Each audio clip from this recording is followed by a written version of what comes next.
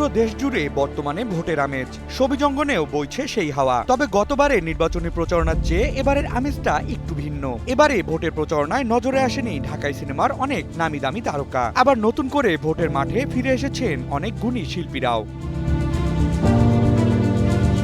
আসন্ন 12 ফেব্রুয়ারি ত্রয়োদশ জাতীয় সংসদ নির্বাচন ঘিরে দেশের ছবিজ অঙ্গনে কে কার পক্ষে ভোটের প্রচারণায় অংশ নিচ্ছে, কাকে ভোট দিচ্ছে, কিংবা কে কোন আসন থেকে ভোট দেবেন, এ নিয়ে ভক্তদের মাঝে কৌতূহলের অন্ত নেই।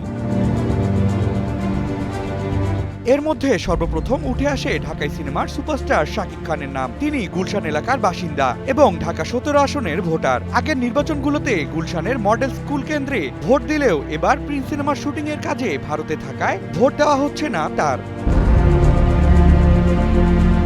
ঢাকা 11 আসনের ভোটার চিত্রনায়ক আরিফিন শুভ, তবে নির্বাচনের সময় তিনি যুক্তরাষ্ট্রে অবস্থান করায় ভোট দেওয়া হচ্ছে না তার। অন্যদিকে ঢাকা 19 আসনের ভোটার চিত্রনায়ক সিয়াম আহমেদ, নারায়ণগঞ্জ 4 আসনের ভোটার চিত্রনায়ক বাপ্পি চৌধুরী, অভিনেতা মিশা সওদাগর ঢাকা 18 আসন এবং চঞ্চল চৌধুরী ঢাকা 8 আসনের ভোটার। এছাড়াও ঢাকা 11 আসনের ভোটার হিসেবে রয়েছেন অভিনেত্রী মেহজাবিন চৌধুরী ও চিত্রনায়িকা অপু বিশ্বাস। অন্যদিকে জয়া আহসান ঢাকা 17, পূর্ণিমা ঢাকা 18 আসনের voter.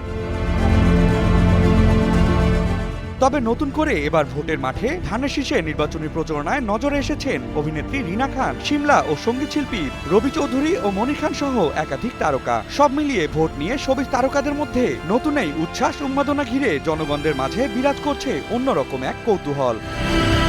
Ahsan Habib, Rocky, news 24।